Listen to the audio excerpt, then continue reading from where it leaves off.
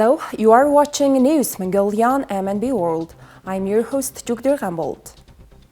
And for our top stories. Vietnam and Mongolia to mark the 70th anniversary of diplomatic relations in 2024. Mongolia and Vietnam strengthen ties with the signing of key agreements. Doctors from the Republic of India are performing examinations and diagnoses in Mongolia. For the news, stay tuned.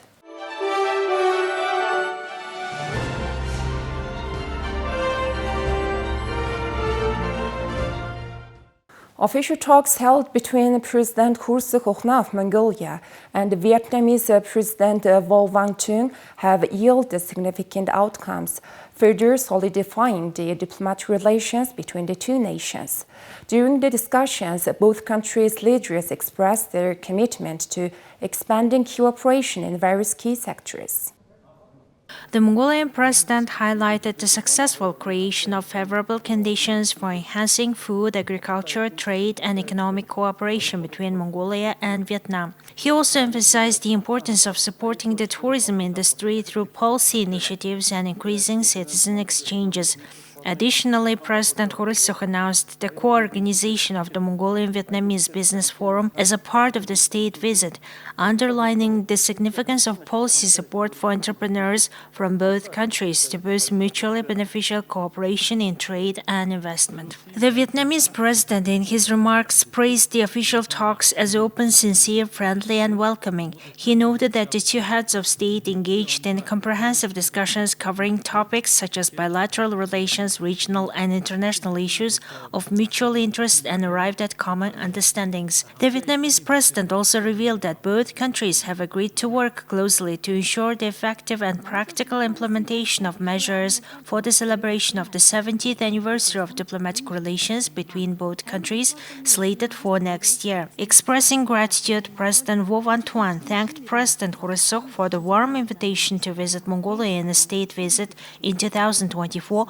marking the 70th anniversary of diplomatic relations between the two nations. This invitation underlines the commitment to deepening ties and fostering lasting friendship between Mongolia and Vietnam. The state visit of Mongolian President Hu Sihotna to the Socialist Republic of Vietnam has been marked by the signing of several cooperation documents on November 2, 2023, in the presence of the heads of state of both countries. An agreement between the government of Mongolia and the government of the Socialist Republic of Vietnam regarding the exemption from visa requirements for holders of diplomatic, official, and ordinary passports was signed. The Mongolian Minister of Foreign Affairs Patsak Batmuch and Vietnamese Minister of Foreign Affairs Bui Tan Song put their signatures on this document.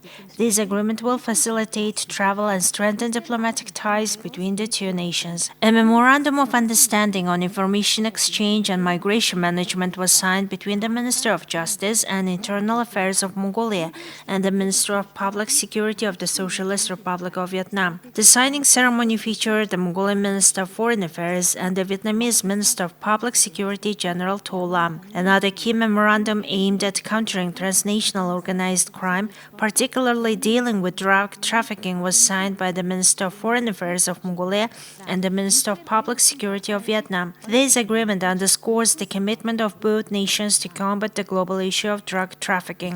Mongolia and Vietnam also agreed to cooperate in strategic research, aiming to strengthen their knowledge sharing and research capabilities.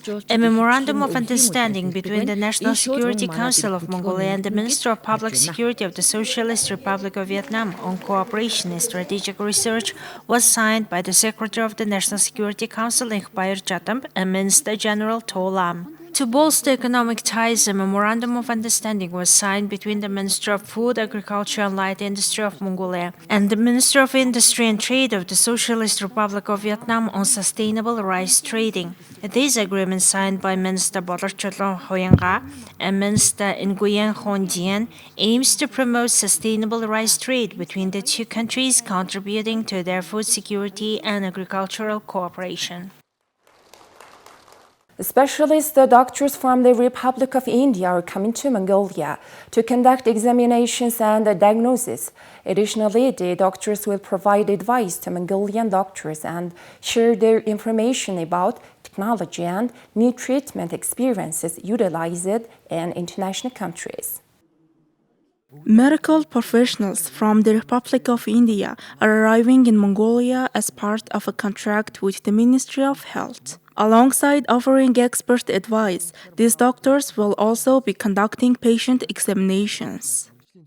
So the purpose why we are here is we are privileged to be a part of journey that we are sort of collaborating with Ministry of Health Mongolia, wherein our purpose is to establish the state-of-the-art hematology and bone marrow transplant departments in this country.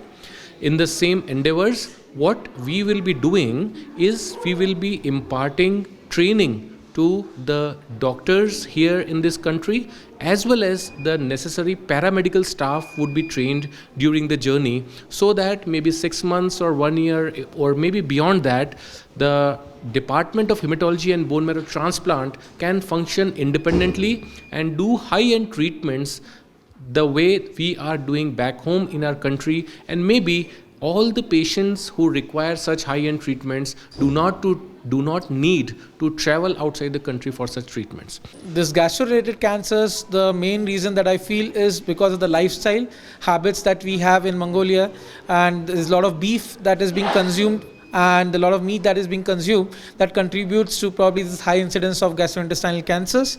Regarding liver cancers, I guess there's a high incidence of hepatitis B and hepatitis C in this area, and that contributes to a higher incidence of liver cancers. In fact, liver cancer is commonest cancer in this area, and the second most common cancer which I have seen and which also agrees with the databases, the cancers of the food pipe, that is the esophagus, and the cancer of the stomach.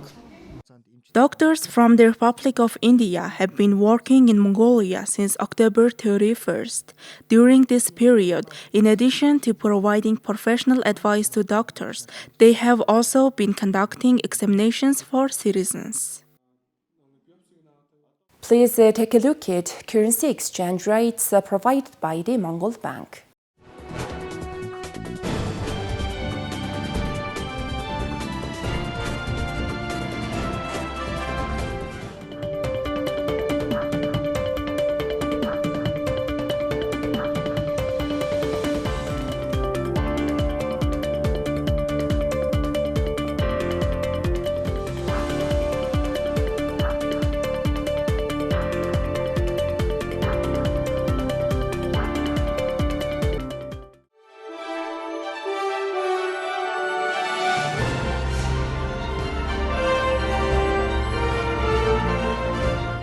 Now here comes foreign news partnered with international news agencies.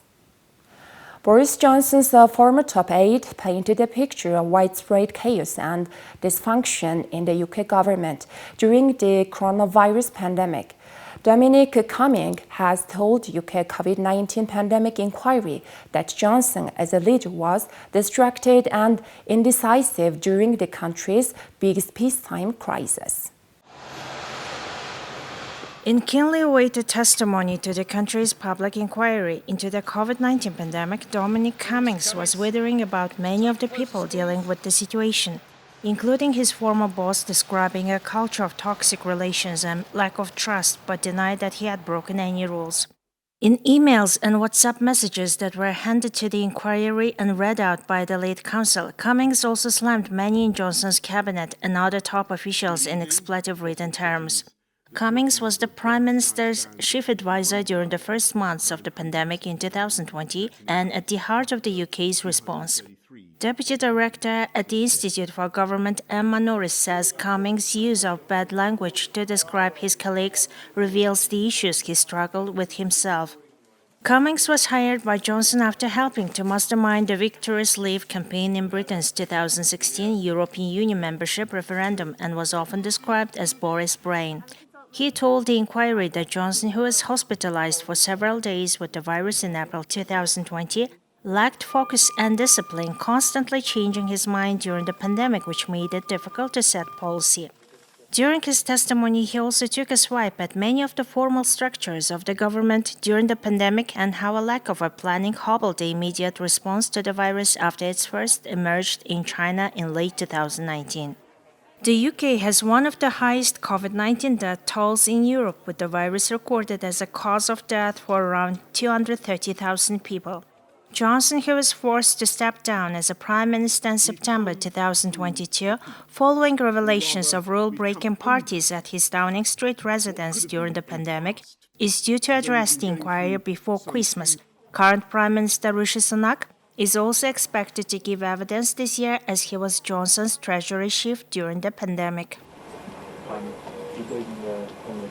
The House approved a nearly $14.5 billion military aid package Thursday for Israel, a muscular U.S. response to the war with Hamas, but also a partisan approach by new Speaker Mike Johnson that poses a direct challenge to Democrats and President Joe Biden. Originally from Texas. In a departure from norms, Johnson's package required that the emergency aid be offset with cuts in government spending elsewhere. That tack established the new House GOP's conservative leadership, but it also turned what would typically be a bipartisan vote into one dividing Democrats and Republicans. Biden has said he would veto the bill, which was approved 226 to 196. With 12 Democrats joining most Republicans on a largely party-line vote. Johnson said the Republican package would provide Israel with the assistance needed to defend itself, free hostages held by Hamas, and eradicate the militant Palestinian group, accomplishing all of this while we also work to ensure responsible spending and reduce the size of the federal government. Democrats said that approach would only delay help for Israel. Senate Majority Leader Chuck Schumer has warned that the stunningly unserious bill has no chances in the Senate. The first substantial legislative effort in Congress to support Israel in the war falls far short of Biden's request for nearly $106 billion that would also back Ukraine as it fights Russia, along with U.S. efforts to counter China and address security at the border with Mexico. It is also Johnson's first big test as House Speaker, as the Republican majority tries to get back to work after the month of turmoil since ousting Republican Kevin McCarthy. As Speaker, Johnson has said he will turn next to aid for Ukraine along with U.S. border security, preferring to address Biden's request separately as GOP lawmakers increasingly oppose aid in Kiev. The White House's veto warning said Johnson's approach fails to meet the urgency of the moment and would set a dangerous precedent by requiring emergency funds to come from cuts elsewhere. While the amount for Israel in the House bill is similar to what Biden sought, the White House said that the Republican plan's failure to include humanitarian assistance for Gaza is a grave mistake as the crisis deepens. To pay for the bill, House Republicans have attached provisions that would cut billions from the IRS that Democrats approved last year and Biden signed into law as a way to go after tax cheats. The nonpartisan Congressional Budget Office says doing that would end up costing the federal government a net $12 billion because of lost revenue from tax collections. Republicans scoffed at the assessment, but the Independent Budget Office is historically seen as a trusted referee. In the Democratic-controlled Senate, Schumer made clear that the House bill would be rejected. Senate Republican leader Mitch McConnell of Kentucky is balancing the need to support his GOP allies in the House while also fighting to keep the aid package more in line with Biden's broader request, believing all the issues are linked and demand U.S. attention. McConnell said the aid for Ukraine was not charity but was necessary to bolster a Western ally against Russia. Well, that's all for today. Thank you for staying tuned. We'll see you next time with more news and updates. Have a good day.